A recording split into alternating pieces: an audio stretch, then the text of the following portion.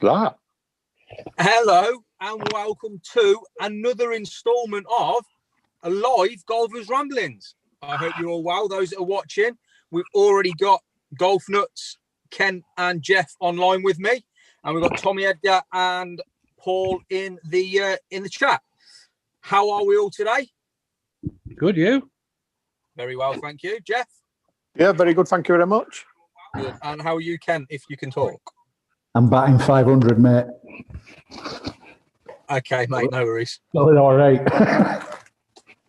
So, who's played golf today? Let's get it out there. Let's get it out there right now. Who's been out, hit balls on the range, on the golf course, and how did you get on? Yeah? Yeah. Spill the beans. It was eventful. In what respect? I felt like an ape swinging a stick. Did you look like one? Probably not, if I'm honest. But I didn't have any. Oh, fuck off. Well, that's a lie, actually, because to be right, I'm so fucking great. Look at my best swing on YouTube. Yeah. You never hear them words come out of my mouth. That's very true. You don't like it. So, no, too many other folk are saying it. Everyone's saying it. Everyone's saying it. There's a few people that have been stuck at work. Paul's played a 37. Paul had a 7 on the first hole at Huxville. Good lad. Keeping it real. Obviously, Keeping it real. That's it, mate. That's it. To be fair, I was lucky. I managed to finish early today, and I got my ass to the driving range. And today's one's not about who played golf. It's about where do you prefer to practice, range or course? And why do you prefer to practice at the range or the course? So come on, Lee. Let's start with you. I prefer the driving range if I'm working on something, which 9 times out of 10 I generally am. I'm never not working on something in my swing. So it kind of, for me, I'll go and batter the driving range so I can groove. I can literally just feed that swing in there, get it done.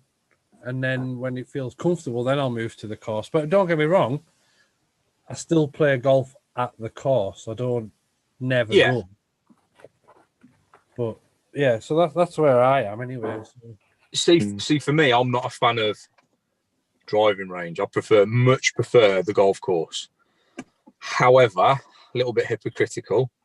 I've been to the range tonight and I've actually drilled some bits. So, am I seeing a change? No. Why do I prefer the course? Because there's more consequences. And I put it back to the days of fighting. But well and good hitting pads. Pads don't hit back. I found I learnt more when I was sparring, be it stand-up sparring, rolling, whatever, because there's consequences. If you get it wrong, you get hurt. Same on a golf course. If you get it wrong, you're penalised and you're punished. There's more consequence on the course, which is why I much prefer drilling stuff and learning while I'm on the golf course, if that makes sense. It does. And I think where you're coming from is there's no consequence on the driving range. If you hit a big high toe, you hit a high toe. If you hit a heel, you hit a heel, where on the golf course it is different. But I think it depends on the level of work you're putting into your swing. It's where you would do it at, if that makes sense. I mean, there are people out there, that people like Kent, who do prefer to go to his local practice area as opposed to... Who's that then? You. But realistically, he's still doing something on a range style. Yeah. Yeah. And I think if I had a grass range to practice on, it'd be different. Yes. Because when you're practicing off mats, take that lie to the golf course. Well, you can't. You cannot replicate that. Exactly. So it's not, for me, and I've always been of this standpoint, it's not true to life. I understand what you're saying when you're drilling swing changes, but that's pretty much where it ends for me. If you're trying to change your swing, yeah, but when it comes to actual practice and trying to improve, actual game, I'm all about the course because it's more. Well, it's like I say, you practice on the course, you've got consequences when it goes wrong. Yeah, we've got a practice ground, but I still prefer to try stuff out first at range. You know, and then once I've sort of got into that swing, then I'll go down to practice ground, then I'll go onto course. Me and Lee were talking about this topic earlier today, and it got me thinking of the different types of people that play golf and the different level of ability and so on. I'm thinking, for someone who's starting golf like yourself, Jeff, fully understand, because you're a beginner golfer is going to stand on the golf course and not necessarily know where it's going to go. Add swing changes into it as well, you've literally got no idea. I'm lethal. Exactly, yeah. I mean, that's what you said, yeah. Whereas obviously on the range, you kind of can sort of learn your patterns. Whereas for someone like me, Lee, Kev to a degree, and obviously Ken, all established golfers, and we know our bad shots. So when we put in a swing change, we know what that's trying to fix, so we know where the miss is going to be, which again is where I want to see it on the golf course.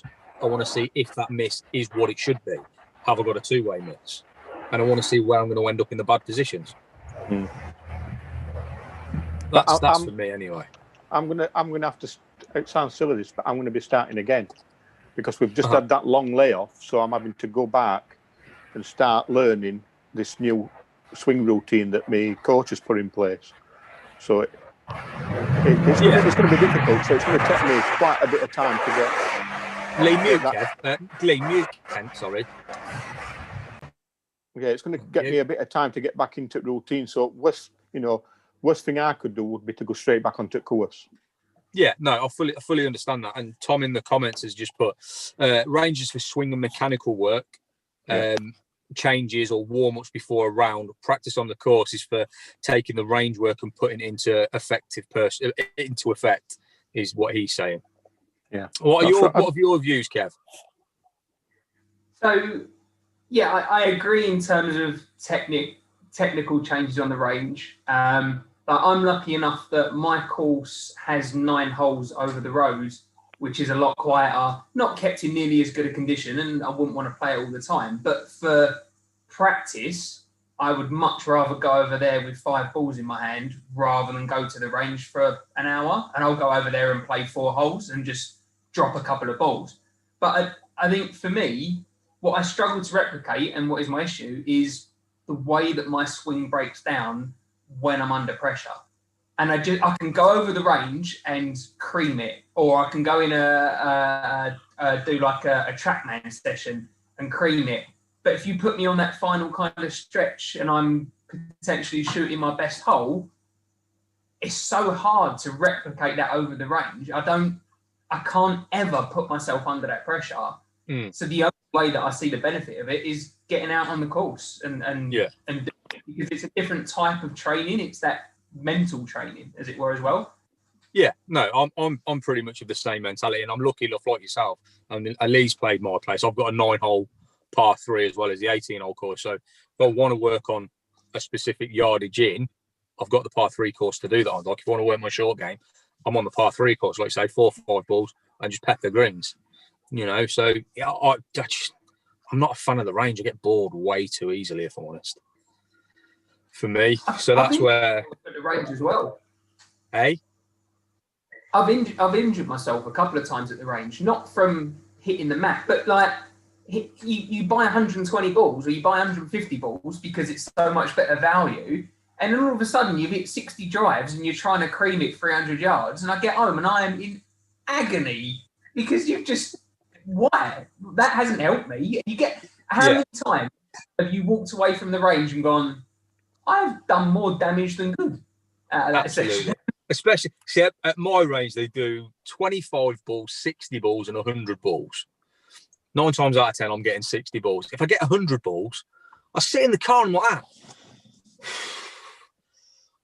See, I think that's too many. Breathing out my arse. I think 50 is enough. Yeah, 50, 60 balls is spot on. If you think about it, if you're shooting, let's say you're shooting 70, 80, you're never hitting 60 full-blooded shots. You're just not. No. What? You're hitting 10 drives? Yeah. max. Yeah. Exactly. You know, so. Well, Right. I get 200 balls. What? 200? I'll go 200 and then I'll go into a lesson. Wow. Mate, if I hit 200 golf balls, I'd need a nap before I drove home. But what I do it in 25s. I'll do 25s with 7-iron. But what I do, I set off with a 7-iron and then or a 9-iron, and then I'll go from 9 to 7 to 5, and then I'll go on to my driver, and then I'll go back up. So Yeah. I've got a little bit of a routine that I do now. But I ache like mad. I have to admit, I ache like mad. But the thing is, I'm playing certain shots. So like with 9-iron, I'm chipping or I'm hitting a certain distance, and I don't want to go past that distance. So I think so. You're breaking your 200 down to 25s and then hitting different types of shots in that block. Yeah. Yeah, that's kind of a decent way of practicing, to be fair, I suppose, when you're looking at it like that. Situational practice. Paul, Paul hits 200 machine gun balls on the range session. I'm getting, Paul, is that just one after the other? Bang, bang, bang, bang, bang. Because if so, you're mad. That's insane. You know what? I thought of something just now, and I might, you know what? This might even be a video idea. Who knows? A way to put pressure on myself at the range. Uh-huh. Maybe if I kind of say, right, okay, all these balls have got to land between this post and this post, whatever, you know, like a fairly good distance. And for every one that I donate £1 to charity, or £2 to charity, or up it £5 to charity. Who knows? Like whatever. That could be a way to actually kind of bring some consequence and do some good. Like, why not? But I can't. Anyone else can think. I can't really think of any other ways that kind of would make you go right. Concentrate and make this. I see what you're saying. Because like at my range, we've got you can split it down into fairways, and I do that, but I miss the fairway. I'm like, I ain't really done anything, has it? I've missed the fairway. I'm just going to hit another ball. So like you say, when you put the charity donation type thing in, I suppose it does bring more consequence to it. Potentially, maybe help you focus more. Maybe, I don't know, but I might try it. I've never even thought about trying it, but yeah, to try and get that focus at the range, maybe. How long do you spend at the range as well? I mean, I can be there for 2.5, 3 hours. Oh. That's a round of golf, nearly. Well, that's what I'm saying. 200 balls is a round of golf anyway. Would you say? No, if I've hit 200 balls at a round of golf, I'm chopping my clubs in the bin. They're in the bin, mate. I'm a 28 handicap, mate. But you've still broke 100, so you should be doing the same if you're hitting 200 balls on a golf course. No, I mean, for me, 200 balls is personally way too many. Yeah. Way too many for me. But I can see where you're coming from. I see what you're saying. I just need to sleep afterwards. I just need a kit. See, a lot of it comes down to as well, if it depends what your range has.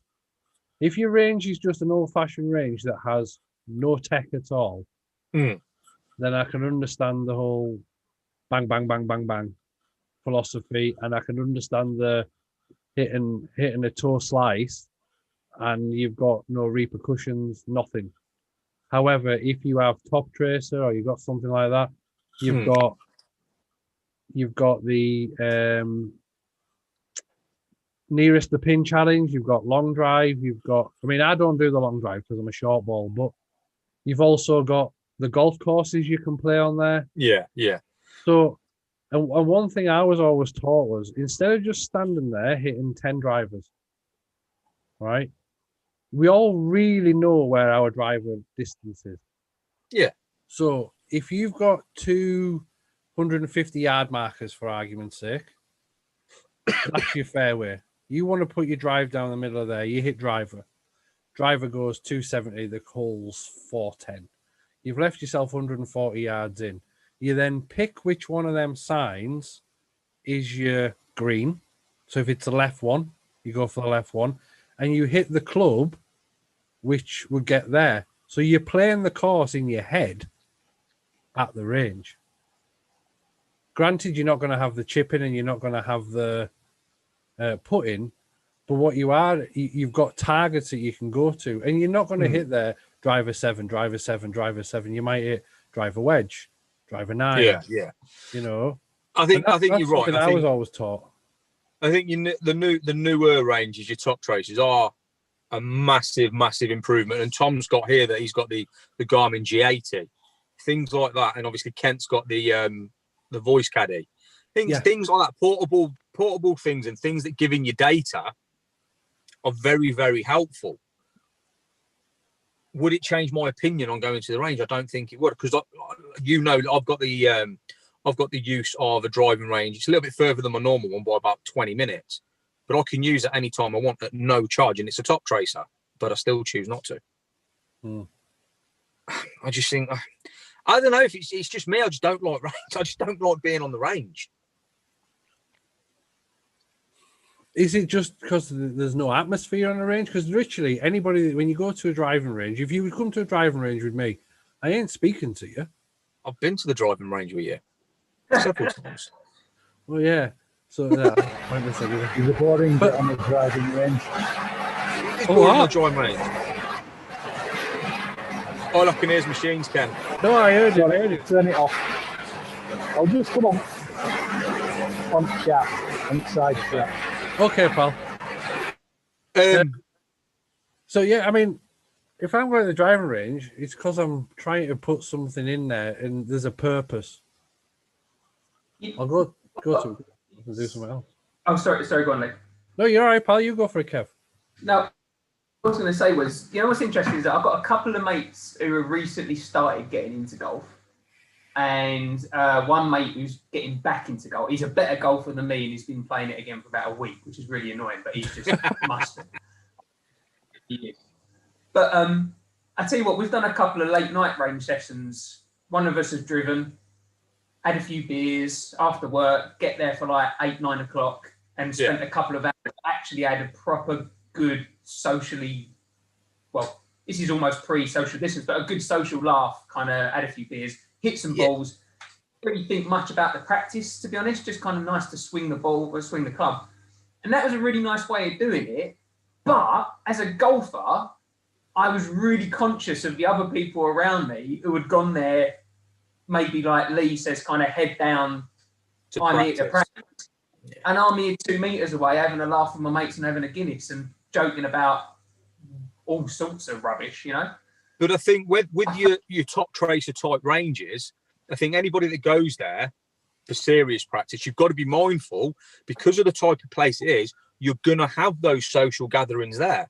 So if you don't want that, go to a different driving range. Yeah, you know, that's my philosophy. Because like I say, I've done this. I've done the same sort of thing with my best pal. We've gone the range 8 o'clock, had a few bevs, hit a few balls, and gone back.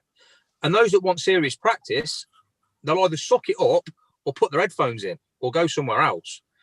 You know, I think that might be a blunt way of looking at it, but you've got to look at the type of range it is. Which is fine if you've got more than one range. Yeah, well, you've got a couple of parts to your range, ain't you? You've got your top tracer and the little bit on the end where it ain't a top tracer. So if you've got people, but again, your driving range doesn't serve beer, does it? No. So you're sort of that's slightly different. But a lot of the top tracer ranges will serve food and beer, like Top Golf. Yeah. They want to get that environment, and I get it because it's attracting people to the game, and I'm all for it.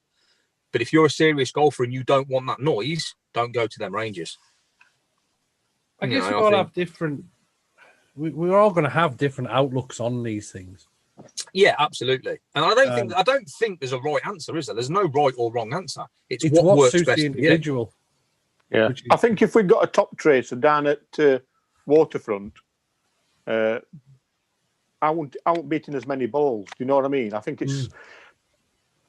I think that's one of the reasons that I'm hitting more balls, because I want to try and get, that distance. I want to try and get where I'm placing, where it's going ball. Where if I've got a quick, if I got stuff there where I could see where it's landing and stuff like that, it'd be a lot better for me. And I won't use as much. I won't be there as long, and I won't be using as many balls. Definitely. Yeah, I think you're right. I think because you've got that additional visual aid with physical data and numbers to see. Let's look at a few of the comments. So Mr. Binks is in the house. He says he uses the range to embed his swing changes, which again is similar to the similar to you, Lee. I think that's probably going to be similar to a lot of people. He says he uses normally 75 balls. I think anything more than 75 balls for me is just too much. But yeah, I think a lot of people are on the same 60 to 90 minutes, 60 balls maximum for Paul Farnsworth. Midnight Golfer, you practice with purpose, you're going to get better. Fact, whether that's on the range or on the course, but he enjoys whacking balls, don't we all? Question from Tom. Would you say you play any better if you had the chance to hit 25 balls before to loosen off, or just rock up and tee off? I've got to hit some balls before. I've loosened up and played crap. I've loosened up and played well. I've gone out stiff and played crap. I've gone out stiff and played well. It's a tough one for me, Tom. Theoretically, yeah, you should play better when you're loose, but I'm not used to just driving 2 hours somewhere, getting out of the car and playing golf. So it's sort of the norm not to loosen up. So I think for me, if I loosen up, it's like, well, what you doing? Your body's like, what you doing? This ain't normal. This is weird. Well, I think I proved that point the other week, of the month. Well, yeah, you drove however far you drove, shot a silly score, and drove back. Yeah, but it's like when I went and played at my own golf course. I've went to the driving range, to the range on the golf course. I've hit 4 shanks onto the 18th fairway. I've then just went, well, this just isn't good. Then I've hit probably about 10 fats, thinned it, literally all over the place. Stood on the first tee, shot 2 over. Yeah, exactly. But do you think that's because although you've hit bad shots on the range, your body's still got a chance to loosen up? Do you think that's why? No, because I was probably getting mentally wound up. Well, yeah, that's true. So it's not just the physical side, is it? It's a mental side. So how can you overcome I've just had 20 bad strikes on a driving range and now going to play 18 holes of competitive golf? Owen uses the range to buy his art products. Nice one, Owen. Oh, my days. That's a typical Owen answer, is that? It absolutely is, isn't it, to be fair? Absolutely is. I guess the difference is you can't use a training aid on the course. So it goes back to that old, like for you with alignment sticks. Yeah. You can't really do that. No. Like I can't put the drain pipe in my golf bag and carry it onto the first tee and start trying to get the hip out of the road. But, I know I've just bought some alignment sticks, but I'm not a fan of training aids. I use them just to make sure my hands are going on the right path and so on. But yeah, you're right. You can't take training aids on the driving range. So if you've got a thing stuck to your wrist and making your wrist hinge here, you ain't gonna be able to rely on that on the golf course because you haven't got it. And I know obviously they say feel versus real, but there's a difference between making your hand feel like this and having a device doing it for you. Yeah. Grass mats or range mats? Grass range or mats? Grass. If I had a grass range every time, just because you're getting better lies, as in real lies. I think you get the divot. You don't get the bounce. That's right. And you can focus on, you can properly focus on strike on a grass range. You can focus on hitting the big ball before the little ball. Sorry, the little ball before the big ball. Yeah, absolutely. Grass range. Colston's got the right idea. Yeah, full English. Full English, 2-minute drive straight on the golf course. I love it. Fair play. Fair play. I mean, 9 times out of 10, we actually do just rock up somewhere. That's what I say. We have like a 2-hour drive, 2.5-hour drive. Get out the car. If we've got time, have a coffee or a bake and batch. Yeah. And go play golf. Like maybe have a little putt. Maybe. But yeah. We don't have. We very rarely warm up. Well, I know I don't at all, to be fair. And I won't be on the 12th. I won't be, mate. Like, it's only a half an hour drive. I'll get there on the 12th. I'll probably have a beer, and then I'll go out and play golf.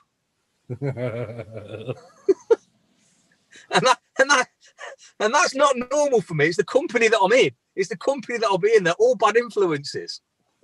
Tom, you can tell him I said that as well. But yeah, the 12th will be a good day, mate. It will be a good day. Eating's cheating, Colston. Yeah. I guess, is anybody actually got a round planned for this week? Because I know who's. Go on. I was just going to say who's got golf planned. I know I've got. Wow. I had a round planned on Saturday, and then my barber got in touch, and then I've changed my round on Saturday, so I'm probably going to get about 3 holes in before it gets dark. But I'm getting my hair cut. I think because that's the difference, isn't it? We all want to go out and play golf, but at the minute the courses are rammed. And yeah, so for me, I'd rather go to the driving range. I mean, it's kind of going back topic, but it's kind of relevant to the point I'm trying to make. Is if you can't get on the course, where else do you go? Yeah, I think obviously it's the lesser of the two evils. If you can't play golf on a golf course, yes, go to the range, of course. But yeah, I think. Yeah, if you want to play golf and you can't get on the course, obviously go to the range. Because I think that's the struggle we're all going to face this week, at least. You know, at the end of the day, there's 3 people on here that make golf videos, and if you can't get on a golf course, you can't make golf videos. Stuck. Yeah, exactly. But sometimes it's when you want to put these videos out there. You know, you'll see your subscriber rate go up, but you'll see it drop because you're not putting out content, which you can't do anything about. Because if there's 30 tee times for the day allotted to your golf club, because let's face facts, it gets dark early now. Yeah. You're potentially going to hold up play. Yeah. Or you just can't basically get on. So there's the other aspect of it is it hampers us in a different way. Yeah, it does for the guys that are creating content. Yeah, it does bring in a whole new element. Of course, it does. And to be fair, I'm not sure I'll film this week or next week. I'll probably film next week a little bit, but I'm not sure I will. I think I'll leave it a couple of weeks before I film. Like I've got a few days holiday. I'll probably book some time on the golf course when I've got a couple of days holiday and then do some filming then. Yeah, I've got a round booked in for Saturday morning, and I don't even think I'll film for the rest of this month, to be honest. I reckon it won't be worth it. I'll struggle to get away from work and get on the course midweek, but yeah, I'm just going to enjoy this month. It's going to be horrible conditions. The course is going to be mental as it is, so I'm fully prepared for a 5+ hour round. But still golf. You're out. You're in the fresh air. You're playing a sport you love. I couldn't agree more, mate. I couldn't agree more. Paul Farnes missed out on Sunday with Owen and Sean Hargreaves. Nice. I think to be fair though, go on, Jeff. I'm just saying I booked holidays for next week. I was supposed to be down at Cornwall, so I'll try and get a couple of rounds in next weekend. You've no chance on our course. It's chocker. I think, to be honest with you, mate, I don't think any course you're going to get on in the week at the minute. The weekend at the minute. It's just going to be rammed. Well, I know I booked a tee time for Saturday for me and Dad. And because obviously the government has said you can go out in 4 balls, there's 2 people we've never met before, don't even know them from Adam, and they've put themselves on our 4 ball. Remember when that happened to me and my dad the last lockdown? No. Yeah, obviously my dad's not very well, so shielding and stuff. Booked a 2-ball, and then we've got to the golf club and there's 2 people with us. Now the golf club are well aware of my dad's illness, and they still put 2 people with us. So like, not happening at all. So yeah, stuff like that shouldn't be happening. It really shouldn't. If you book a tee time for 2 people, that's it. It should be those people that have booked it. So yeah, Tom. As 2020 is ever closing, have we got any goals for 2021? Tom, yes. That's another video, mate, so I'm not telling you. Sorry. It's only because you can milk it just like the rest of us. No. The video out of it. Yeah. No, but to be fair, every year I've done a goal, and I do an end of year roundup and then a new season goal. So 2 videos to come from that question, Tom. Cheers, mate. So yeah, bloody hell, Colston's playing Saturday, Sunday, and Monday and Tuesday.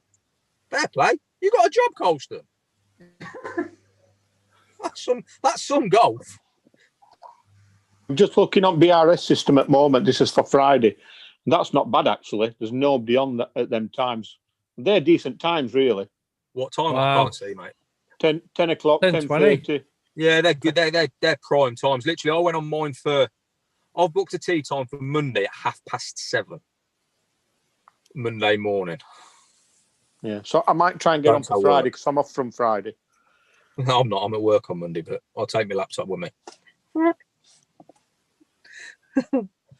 But probably tomorrow, I'll be down at range tomorrow. I'll go and hit a few balls down at range just to get back into the swing of it.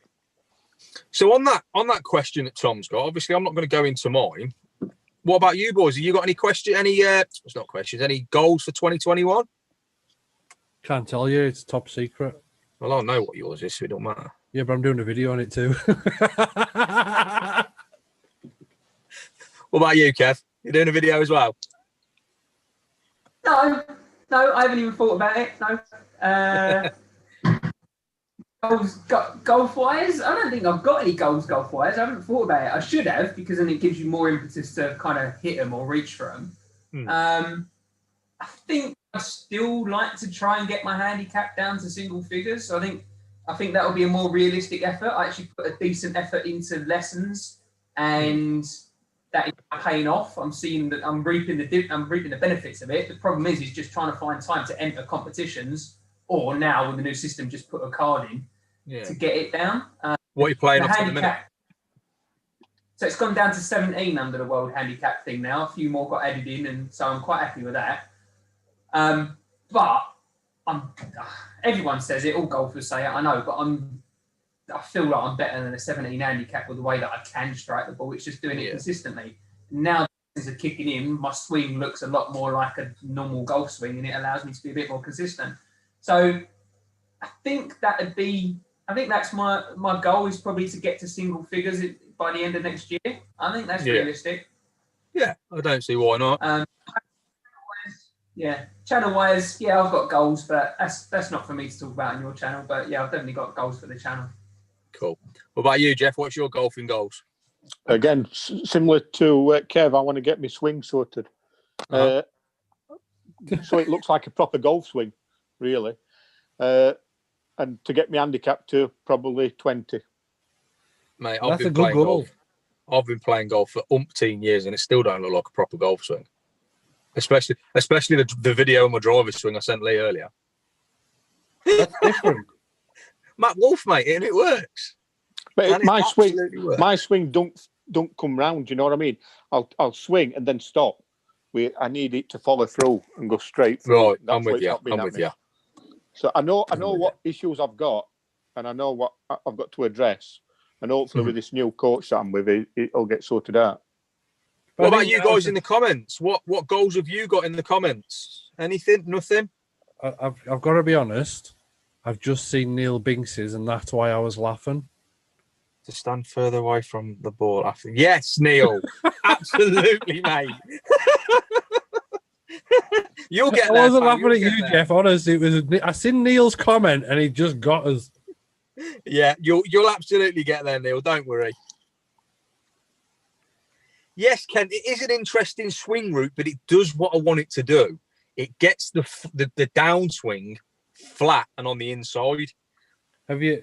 It's ugly. Can't do it with my irons, but with my driver, it gives me what I want. So, basically, I'll go into what I'm trying to do with my swing. Well, so I come over the top with my golf swing, and I'm trying to flatten it down, coming down. No, put your phone down. So I'm trying to flatten my swing down. I've managed to do that with the irons, just as a conventional swing. And it just weren't working with the driver. As soon as I get to the top, as soon as I unload, I'm coming straight back over. So I've gone Matt Wolf, so I come dead steep on the backswing. So literally the club is almost vertical, isn't it? Big loop, and then I come nice and flat and then get through. And it works. It's as weird as loopy as it looks, it works. So it worked tonight. It was probably 15 yards longer than I am normally, and a 10-yard fade was 2 yards. So first results, well, I'm taking it. Am I trying it on Saturday when I get on the golf course? Yeah, I may as well. So yeah, it's very, very loopy, Matt Wolf a la Jim Furyk-esque, I think. See, for me, it from there, right at the start to the top, it don't matter how it looks. Yeah. It's that bit in between. As long as you can get your club back square to your target, and it does what you want it to do, it really doesn't matter how it looks. Yeah. Doesn't matter whether it's Garcia, Furyk, Matt Wolf, Tiger, Phil Mickelson, doesn't matter. Yeah. Do you reckon that more coaches will start not trying to coach? And this is a really badly worded question, but not trying to coach people back to more on plane and start going, it's easier to embrace the over-the-top swing fault if you do.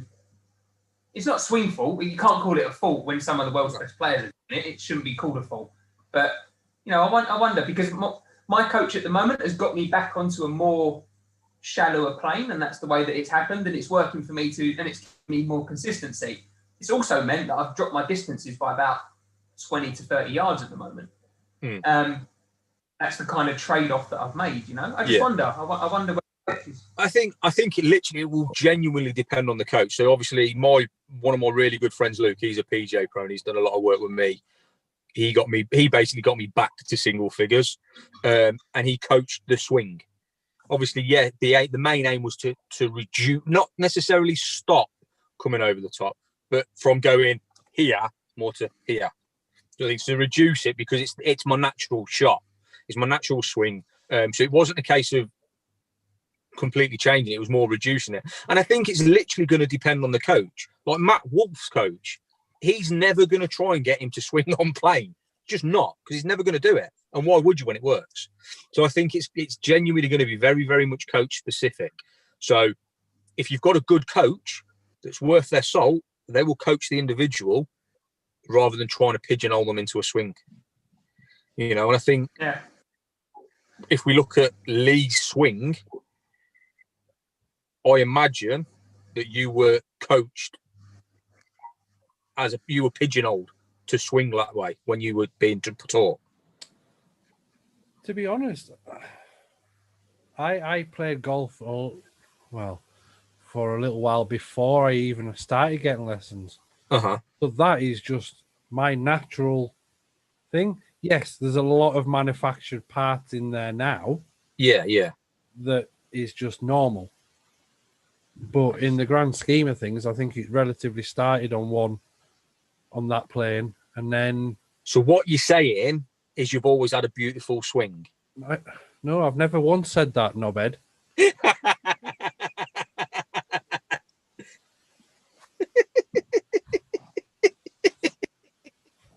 Oh dear! Did you know we've got golf nuts merch coming out soon?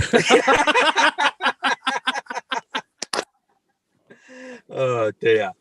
But yeah, I think it literally a good coach will coach the individual. Mr. Wood, how are you? Will coach the individual swing. How's it going? Yeah, it's good, mate. Here's one for you, everybody. I got asked. Well, I didn't get asked this. I was watching Tubes earlier, and it was when he played Peter Finch on his 4-hole challenge, and there was a question come up, and I'm going to ask you all the same question. Lee, Jeff, you've answered it, but you can answer again on the live. So you're on a night out with 3 professional golfers, 3 PJ pros. Who are you going on your night out with? For me, it's Andy Sullivan, it's Dustin Johnson, and it's Tiger Woods from 2015. Because that is going to be one messy night. not early Tiger, not late Tiger, 2015 Tiger when he's absolutely off the rails. That's going to be one hell of a night out. Well, What about you boys? Mine would be Phil Mickelson, Yeah. because he's a lefty, Nick Faldo, and Lee Trevino. Yeah. I reckon that'd be a decent night. Phil likes a drink. Lee Trevino likes a drink. I'm not too sure about Nick. Why he's yeah. He's British. He's bounty. Yeah. He'll like a bit, would he? I don't know. Golf nuts. Peter Finch and Rick Shields, probably. Are you not taking me, you twat? Well, you're already there. Oh, is that right? Yeah. You're carrying. And you said pros, didn't you? Oh, you what, mate? You said pros, didn't you? I did say pros. Yeah. What are you taking Lee for then? What about you, Kev? I reckon Poulter could be a good laugh on a night out. Yeah. I reckon I'd laugh with him. I don't know enough about him, if I'm honest, to know whether he'd be a good laugh. But I reckon Bubba Watson, I get the feeling that he would go a bit crazy. Or he'd be game for anything. I kind of feel that he would just be like, yeah, okay, we're going to go do karaoke. Yeah, all right, we're going to go dance over here. Yeah, we're going to do some of that. I reckon Bubba would be a bit crazy. Yeah. I don't know. Who else? I tell you what, Cam Smith come across. I think he'd be a bit of a firecracker. I reckon I'd have a right laugh with him because, I'm not afraid of the dance floor. Let's be honest. I need people to come join me. Yeah. I tell you what. I think Craig Everson, has nailed it. Darren Clark, Miguel Angel Jimenez, and John Daly. God, John Daly. I couldn't keep up with John Daly. That's got Messier Night the Mine written all over it. Yeah, definitely. So the only problem I would have is with Bubba Watson that, when women get drunk and start crying. I reckon, yeah, you might get a bit emotional. You might get a bit emotional. Don't let him on the gin. Don't let him on the gin. You don't need that when you're ordering your kebab at the end of the night. Can you imagine him just in the kebab shop crying? I won a green jacket once. John Daly, Beef and Lowry. Oh, that'd be. I don't know if that'd be a good night out, but it'd be a heavy drinking session. I don't think you'd remember much the next day, mate. That's 20 points. That's a 20-pointer, isn't it? That's a big session. I've done after 2. Yeah. The thing is, if you went with John Daly, you'd be playing in America, but you'd end up in Dubai, wouldn't you? You don't know where you'd end up. Like, you ain't got a clue.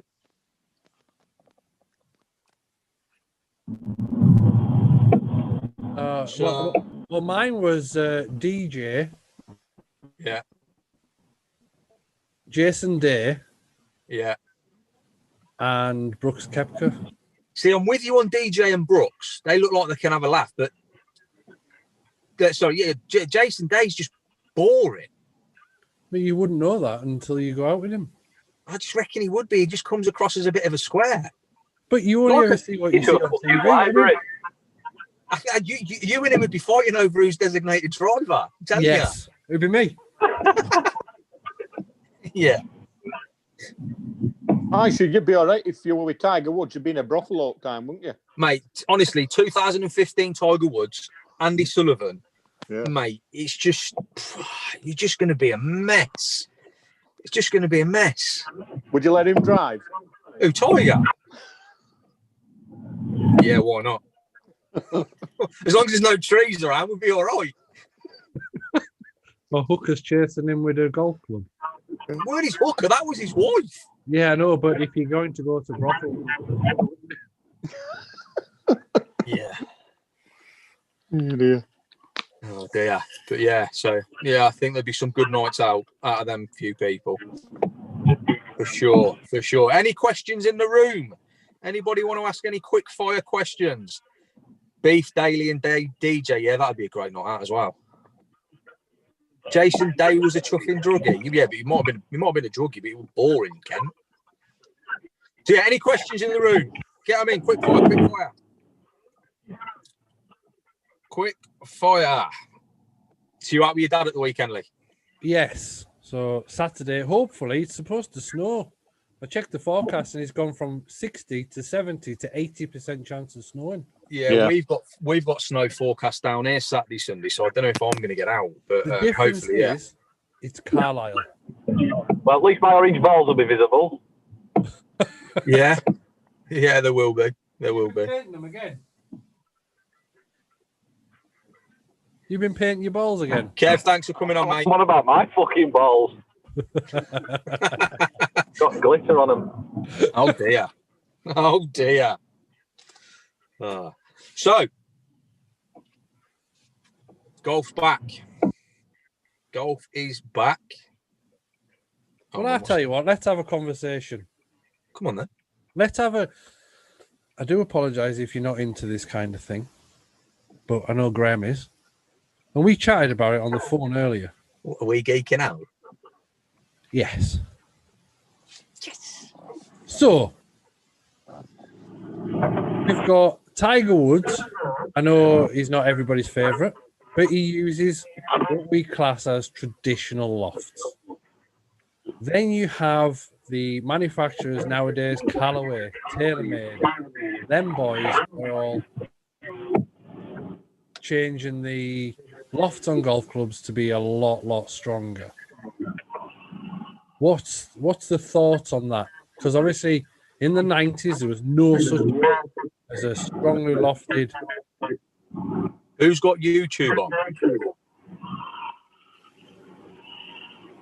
Owen, are you through your car speakers? Is that what it is? Yeah. Right, I'll jump back on soon. I'm just going in the house. No worries, mate. Yeah, I think you're right in what you're saying. Obviously, traditional lofts are just not heard of anymore. Like, everyone now is so strong. People are hitting wedges, and then you've got Woods hitting an 8-iron. Like, he ain't that much shorter than you. That's a fact. I think it's wrong, and I think it's making golf very difficult. And I think it's making golf more difficult for beginner golfers. Which realistically, the market it was aimed at was for beginner golfers. Yeah, it is. Because let's be fair, when you were taught as a junior, what was the first club they put in your hand? 7-iron. Exactly. Same as me, 7-iron. It might have been an 8-iron, 7 or 8-iron. And it's probably still a 7-iron that they get. Jeff, what do you learn with your coach? What club does he put in your hand? Preston 7-iron. Your 7-iron ain't a 7-iron, it's a 5-iron. And that's the problem. And it just makes things so much more difficult because the loft isn't there. Like you're learning to play golf with a long iron, ultimately, and that's not golf. That makes things so much harder. I think we were discussing it, weren't we? It's like you're going to gain for every club or for 2 degrees. We reckoned it out be about what? About 20 yards, wasn't it? 20 yards. By the time you add strike, compression, shaft, speed, that same club could probably get you another 40 yards. 40 yards, yeah. It's from what would be a standard traditional kind of thing. Yeah, at least that. And it's just what is balmy. everybody else's thoughts on it? So does that go down clubs as well then? So like a 5 would be like a 3. Yeah. Ultimately, you're what it says on the bottom of your clubs ain't what it is, and it's not. And I can't remember who it was. It was one of the bigger YouTubers. They were saying that they shouldn't stamp numbers on the clubs anymore. They should stamp the loft. I think it'd make more sense. That's my opinion as well. Anyway, to be fair, I think they should stamp the loft on rather than putting the. Well, I'm just looking now. Here we go. So Callaway Epic, the Pro Irons, the Epic Pro Irons. Yeah. 7-iron, 31 degrees of loft. Now, if I go, let me just search. Go Mizuno MP5s. Relatively new, relatively traditional.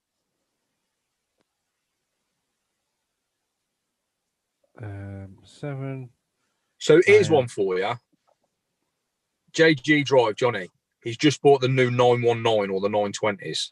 But he's got the hot metal. So he's got the hot metal. So the game improvements. His pitching wedge is 44 degrees. Right. Well, that's 4 degrees stronger than mine. Mine's 48. If we go, I've MP5s, I've searched there, but it's came up with MP57s. Yeah. 7 iron, 35 degrees. Yeah. Pitching wedge, Pitching 48. wedge, 47. Yeah. So 3 degrees, and by what we've reckoned it out at, is probably 30 yards. 30 yards. That's 30. That's 30 yards without before you take into account strike, swing speed, correct fitting. It's just insane, and you're not making things any easier. Like, you're carrying 14 clubs at the minute. When they're that strong lofted, what is you need to carry more wedges. Yeah. And Like, I think that's probably where the market's been derived now, because how many people do you see with 4 wedges? Yeah. You don't. Well, to be fair, some of them you do. Some of them will change their stock wedge to a 48 Vokey, for example. So they'll have 48, but it's very rare. Craig, I think you may have. I think you've possibly got the gist of the conversation wrong. I'm not saying degrees and loft was ever stamped on the bottom of the club, because it wasn't. What we're saying is clubs are stronger lofted now, so a 5 iron isn't a 5 iron, which is why loft should be stamped on the clubs now, in my opinion. Wasn't there a manufacturer who did put loft on there? I want to say Ben Hogan, but I could be wrong. Titleist did at one point. The DCIs, one of the sets of the DCIs had it next to the number. But Even on the early set of DCIs. The 716MBs demo sets used to have them on. Demos did, yeah. Yeah. And demos potentially did. But the only set that I can think, I'm sure, I want to say Ben Hogan. I could be wrong though.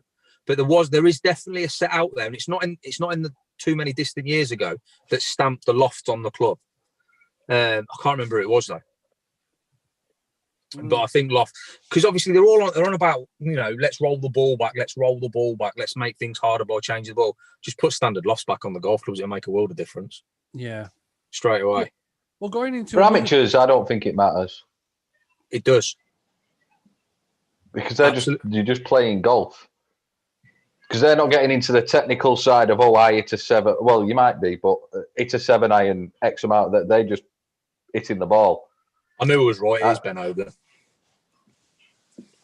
Sorry, carry on, Ali. I think, for amateur golfers, I think it should be stated if they're not traditional lofted, i.e. game improvement irons. But I don't think it matters too much. In the professional world, I think, everyone should be playing with the same lofted clubs. I see what you're saying about it doesn't matter because you just want to enjoy it. But loft, the less loft on the club, the harder it is to hit. So, for example, when it comes to my irons, my 2 irons, the hardest club to hit in my bag is 16 degrees. So if you then look at stronger lofted clubs, you've got a 7 iron in your hand, which has got less loft on than it technically should have. So it makes it harder to hit. Yeah. So it's potentially taking enjoyment out of the game, because the clubs you've got in your hand are harder to hit than you think they should be, because you've bought a set of game improvement irons, but you're not improving, and you're not improving because the lofts are too strong. 7 iron's really a 5 iron. Yeah, basically, mate. Yeah.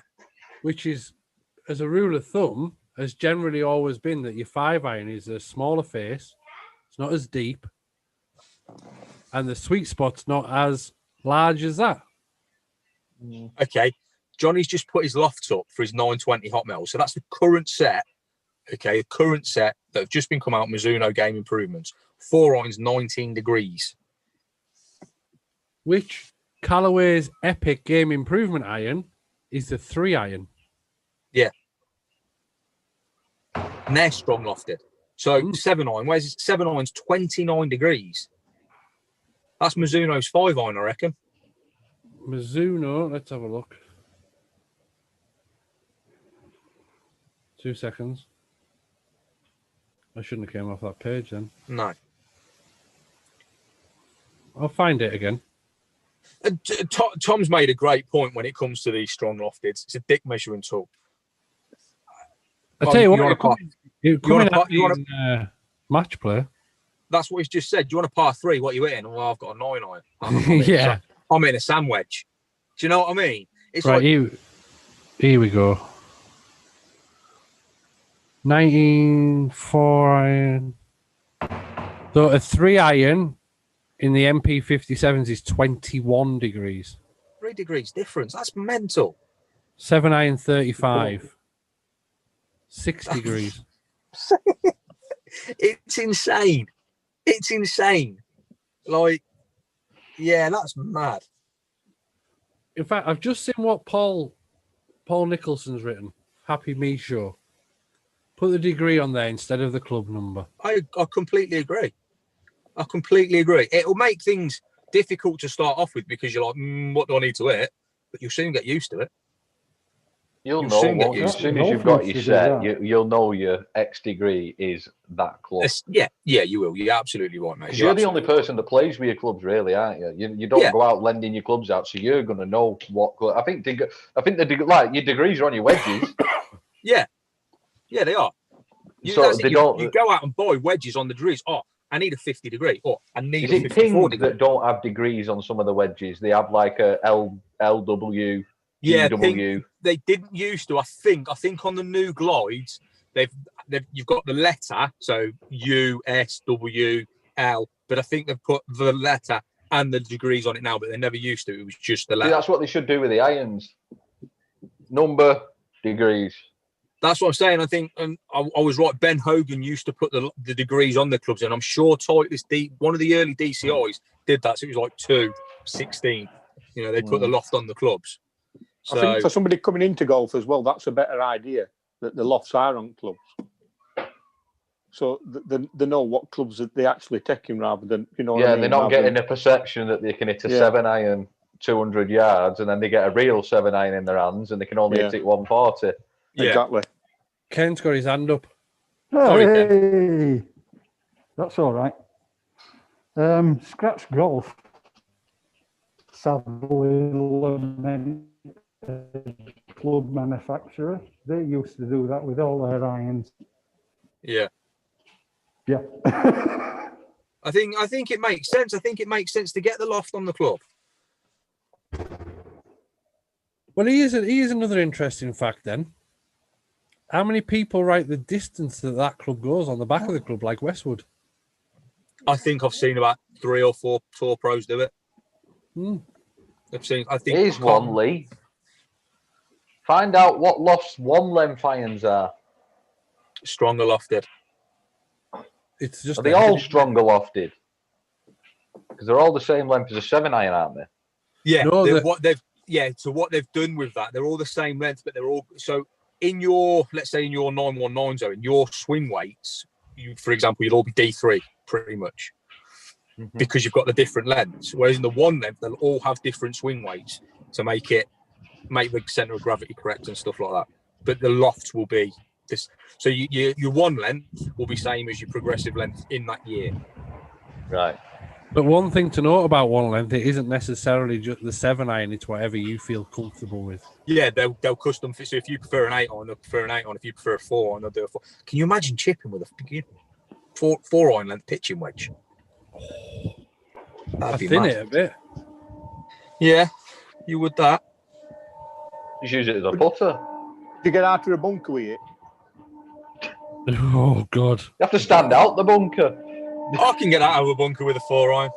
Put it to about that. Lee can put the video in the link down below. No, you can't. I've seen it. So, Tom's made a really good point in the comments. As an amateur, it shouldn't matter what club you've got in your hand, as long as you know what distance that club goes. and I think that takes me back to my point of putting the distance on it.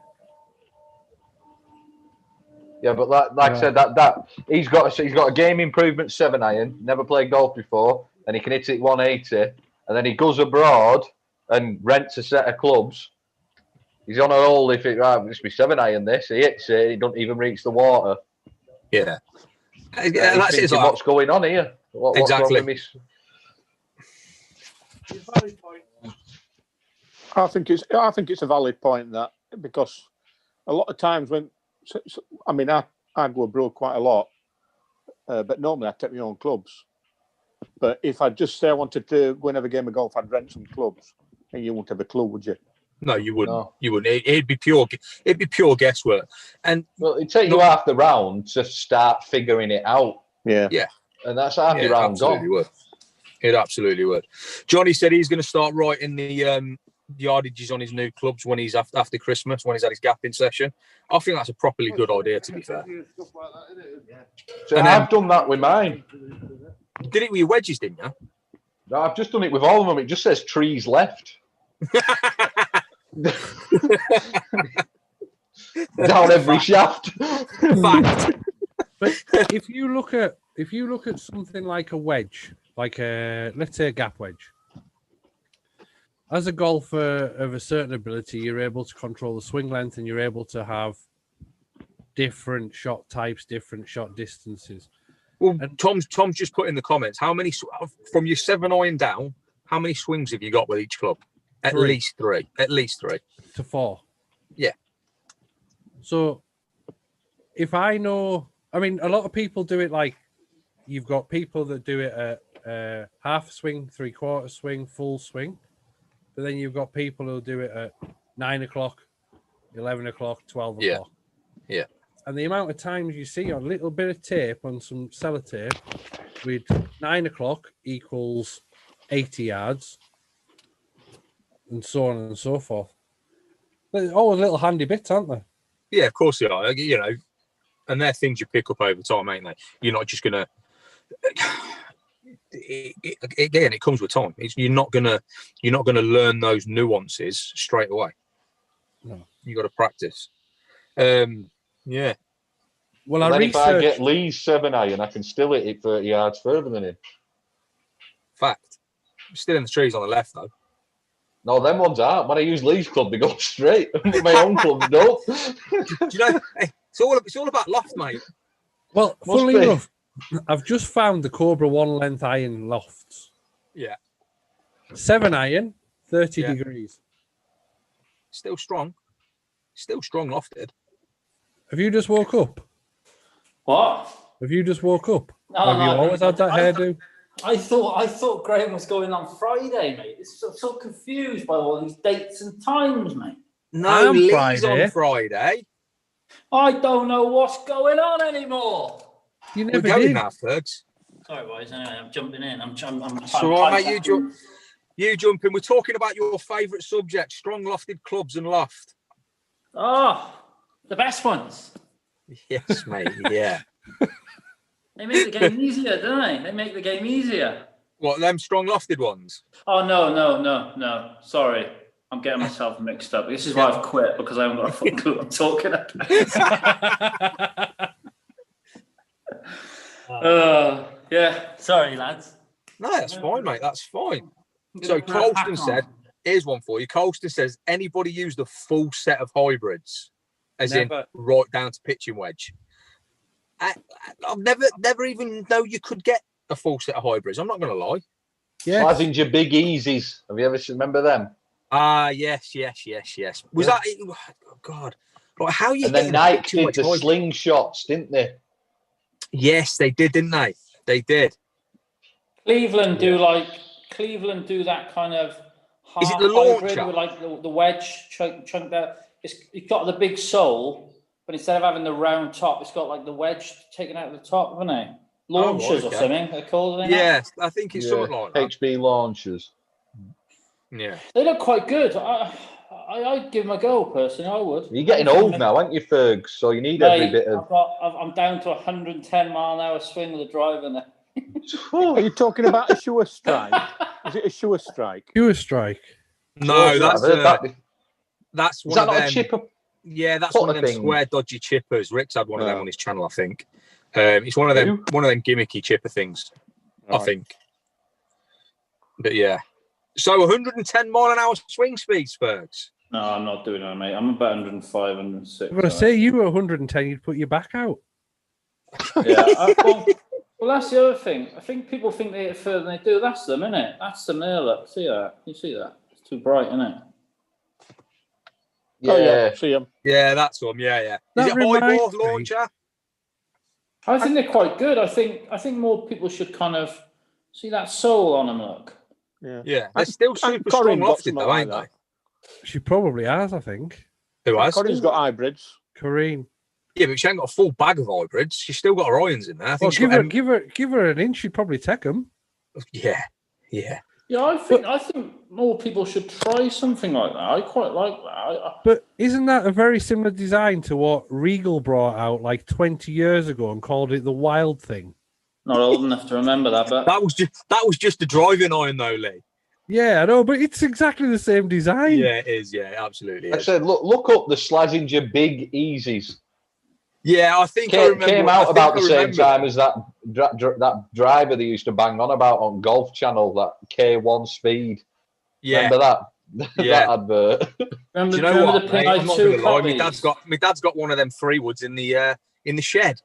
Mate, I'm not going to lie, my dad bought that K1 Speed after seeing the advert, thought he was going to get good at golf. This is what the Shankers could have been if you hadn't phased me out, lads, you know? You were never in contention to be in the Shankers, mate. You were never outspoken enough. Yeah, you were too quiet, mate. You were too quiet. Hey, mate, it would have succeeded if I was involved, boys. Don't you worry about that. I'm opening the windows. Fucking red hot. Good, throw yourself out the fucker while you're there. Don't say that. What did he say? He said, it don't matter. You're a lovely bloke. Yeah, have you not watched Happy Me's show? Yeah. I did. We thought Fergs was tough skin, but it turns out he's a little cuddly teddy bear, really. Isn't he? I sent him a message saying you need a big man hug. Yeah, just need a pat on the head. It was very good, that, Fergs. I enjoyed it. It'll be all right for... Yeah, cheers, mate. I don't want to... That's up to you if you talk about that. I couldn't care, to be honest, but whatever. Right, I'm going to go a little bit off topic. Go for it, but you're not going to leave again like I did last time when I came in. You was like, right, that's the end. See you later. Yeah, see you later. Fergs is here. Bye. That must be the cue to go. No, I'm not. Right, I'm going to go a little bit off topic. How good's that YouTuber I sent you earlier? Mint. Right, for those that don't know, I sent you, Fergs, a link to a YouTuber. What is it? Is it something? It's about what? Anyway, it's about watches, and literally, he's so good. If you're not into watches, just talk amongst yourselves. I don't think you have to be though, G. I agree. Because he talks about celebrities as well. I think, yeah. So what he does is he literally he'll go through Instagram or go through YouTube or whatever that's been on the telly, and I've seen him. You'll see him like that. He's got the pictures of the watch on, and literally he'll either talk really nicely about the watch if it's a nice watch, or he'll just tear them a new arsehole if they're fake. Like, he's so funny. So if you like watch it, I wish I knew his name. Pride and Pinion. Pride and Pinion, that's it. Follow him. Pinion. But he swears like hell, doesn't he? He does swear a lot, like a lot. He's funny as fuck, mate. Honestly, I watched genuinely, them all. He's properly funny. But he reacts to watches. So he'll go like, let's react to Cristiano Ronaldo's watches. He reacts a lot to YouTubers' watch, and he's like, "What the fuck are you doing? You've got a £25,000 fucking day date Rolex, and you stuck fucking diamonds all over Diamonds on it, yeah, I've seen it. I think the only one that he didn't slag off about putting diamonds on was it was some rapper, but he got it. It was a one-off from the factory, and he got it factory fitted with the diamonds.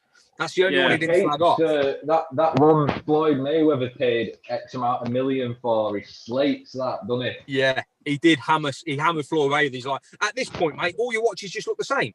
They're all the same. He does, yeah. He hates Hublot as well, doesn't he? Yeah, he's not a Hublot fan, is he? No, he's not a Hublot fan. But it's a great channel. Did you watch the tier list that he did?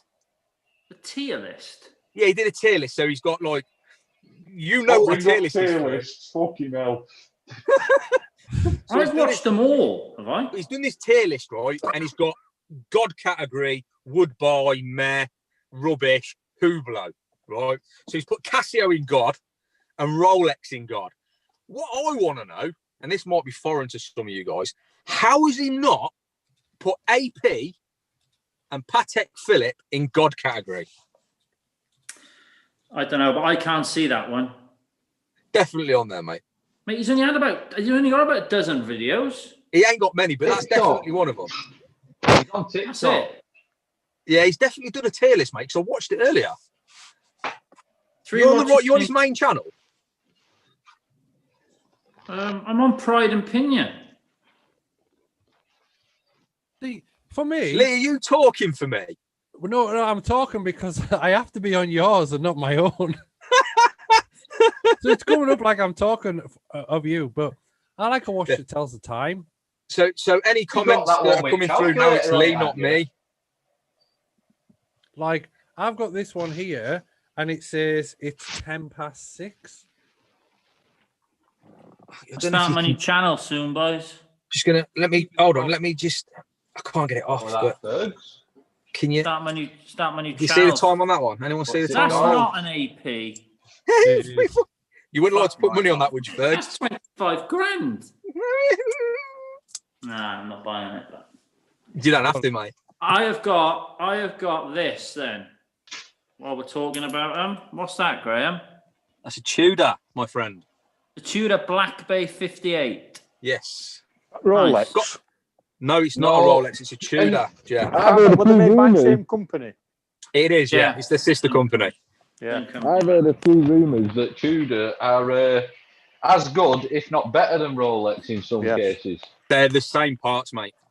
For the price point, you're paying for that little crown, aren't you? Yeah, you absolutely are. So, absolutely Owen, can I ask Owen a question? Yes. Why did the shank I've got so many questions. I've not got to watch on. I've not got to watch on. Lee, get ready to kick them both out. Where's Lee? I like Fergs. Go on, Fergs. What's going on between you and Whitaker? What do you mean? Well, you're back and forth a bit, aren't you, the pair of you? We're not now. He's blocked me, so... Is he? Yeah.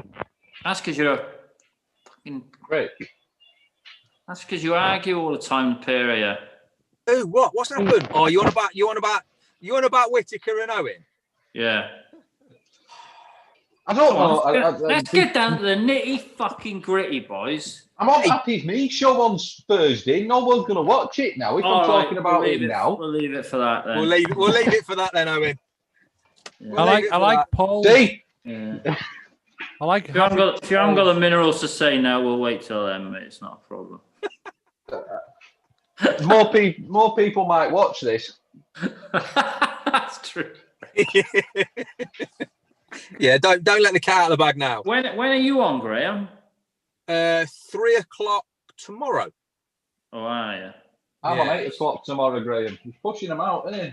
He's getting them out. But he did last time, didn't he? He banged them out. To be fair, mate, I've watched them all so far, and they've all been really good. If you look at what Paul's ethos is, get it filmed, get it out. Yeah. Apart from Lee's, that was shite, wasn't it? Yeah, that was the only one that was a bit shit. Lee's. To be fair, Really? His first one wasn't the best either. I was the trial baby. Yeah. Yeah. Funny enough, the golf farm as well. You always get preferential treatment. You're always first up with them in your butt. Well, you see, when you're as nice to everybody as me, Fergs, and you're not outspoken like you, people respect you.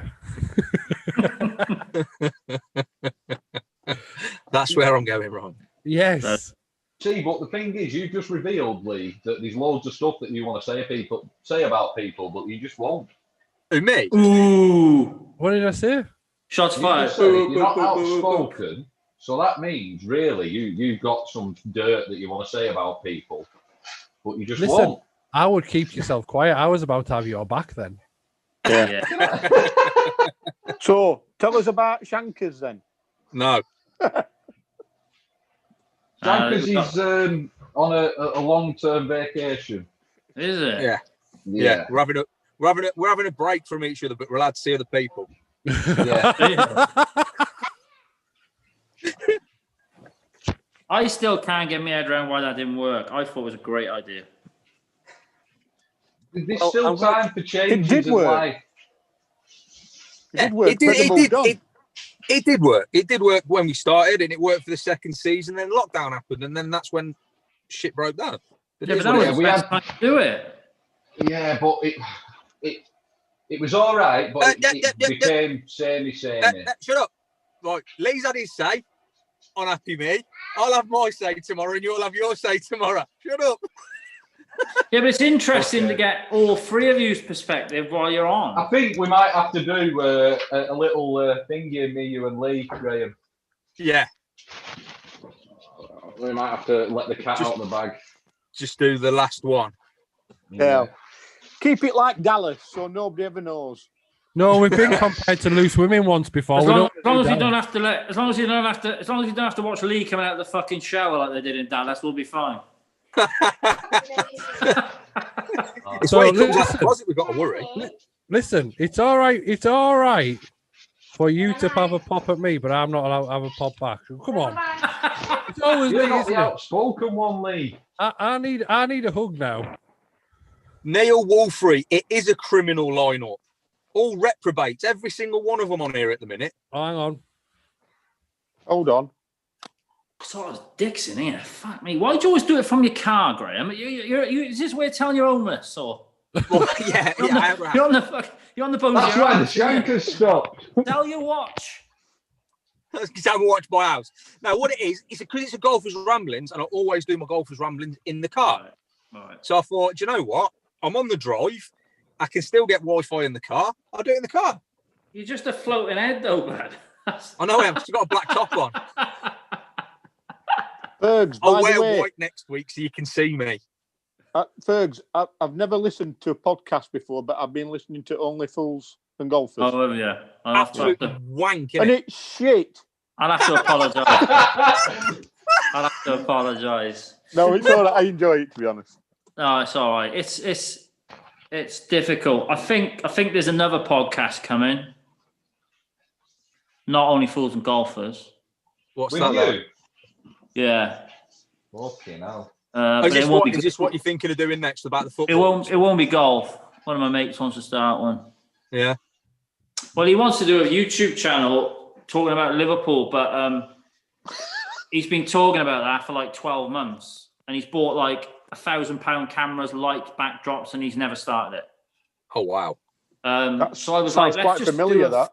Because we FaceTime when Liverpool are on, and we'll talk about the game for an hour and a half while the game's on. So what are you going to what are you going to do? Like a true Geordie kickoff type thing? No, it'll just be a football podcast. Yeah, that's what true Geordie's kickoff is. So but it won't be YouTube. It won't be YouTube. No, okay. That'd be too much effort for you. What about that? Yeah, all you YouTube golfers, why don't you have like a charity football match? You're a YouTube golfer. I'm not. He is. I'm just a YouTuber now. Down there. He's a YouTube golfer. Oh, I'm just a YouTuber now. Oh, yeah. When do you become a YouTuber? That's a question, right? When do you become a YouTuber? I don't think I'm a YouTuber, am I? I'm a content creator. I wouldn't say I'm a YouTuber. All right, so when do you become a YouTuber? That's a difficult question, Fergs, because I think everybody's opinion's different on that. Yeah, well, that's cool. Let's hear him. What do you think? I don't think you're a YouTuber until you're making proper money. You're a YouTuber when you can quit all your other jobs and live from YouTube and sponsors alone. When you start getting paid sponsorship to do a video, that's when you're a YouTuber. My personal opinion. Craig, that's hilarious. I can't see the chat. You can't. So Craig's put a comment. He's starting a YouTube channel on learning how to fly a plane. He's just doing the pilot session now. I found it amusing. Probably more than I should. I thought it was great, personally. Yeah, I thought it was amusing, to be fair. Being brutally honest, it was great. Apparently, Mr. Happy Me Paul's getting a little bit controversial, saying content creators that don't create content enough. I'm guessing that's us. I reckon he's aiming that at us, potentially. Yeah, well, he's always kind of saying every time every time I've been on twice, he's always saying you should do more, you should do more, you should do more. If you have an idea, go with it. If it doesn't work, find. to a degree, I would say he's right. If you've got an idea, if you think the idea is worth running with, do it. Don't tell anyone. Just do it. Yeah, that's what my new fucking thing. Don't tell no fucker nothing. Fucking nothing. Yeah. I mean, the tubes one was interesting. That's why I put the. Which one is the one where we did the urban golf thing? No, it was Owen that did urban golf, mate. Yeah, I did urban golf, Fergs. The problem Owen had was he only did fucking one. Yeah. No, right. I said, who did I say it to? I think it was Sean, because he cut my hair this morning. If my content's on YouTube and it's copied, can't do nothing about it, wouldn't do nothing about it. It's out there for every fucker to see, right? But if you tell someone an idea in confidence when you think they're trying to help you out, and then a few weeks later they release the video that you fingered, that you told them about, that's a bit of a fucking piss take. Who did it? We'll find out maybe on Happy Me on Thursday. Oh. But you've probably seen my things on Twitter anyway. But ding, round one. Are you going to talk about? I'm looking forward to Owen's Happy Me on Thursday. Yeah, I am. Can you just look happy? I'm gonna have devil arms and everything. Are you all? Are you? I forgot what I was going to say now. Oh, are you going to talk about the Rick Shields rant? I can do. I can talk about it now if you want. It's up to you. It's up to you. I was just wondering. To be fair, that ship sailed now for me. The only time the thing that did my head a little bit was the only time I ever got a response off Rick Shields was when he was trying to be funny and sarcastic. If you did something positive, you don't get no response, but they're quick enough to bite at you or have a pop at you when you say something negative. Rick Shields is about to come in. Is it? Happy days. He's made that mistake once. Yeah. But yeah, happy days is what it is. Like I said, I'm not a golf YouTuber anymore, so I don't have to conform to this. So Neil's made a really valid comment. He thinks that Liam's video on the UV touch is the best thing he's ever seen.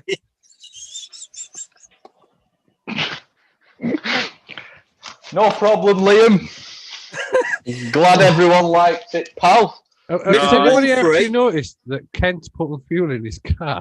yeah, he is, yeah. He's fueling up. Right, let's move that. Wolfrey, can you please put that big stirring spoon down? So, yeah. Deal. Right then. I'm going to get Paul Jackson, press your electric trolley again, pal. Yeah. Right, boys and girls, I'm going to wrap it up there. I'm going to call it a night. We've been on for way over an hour tonight. So for everyone that's watched and joined in and took part, thank you very much. And those that are watching, if you haven't subscribed, click that subscribe button. Thanks very much. Guys, girls, take care. Peace. In a bit. Peace. See you all later. Hello, Debbie. Bye, Debbie.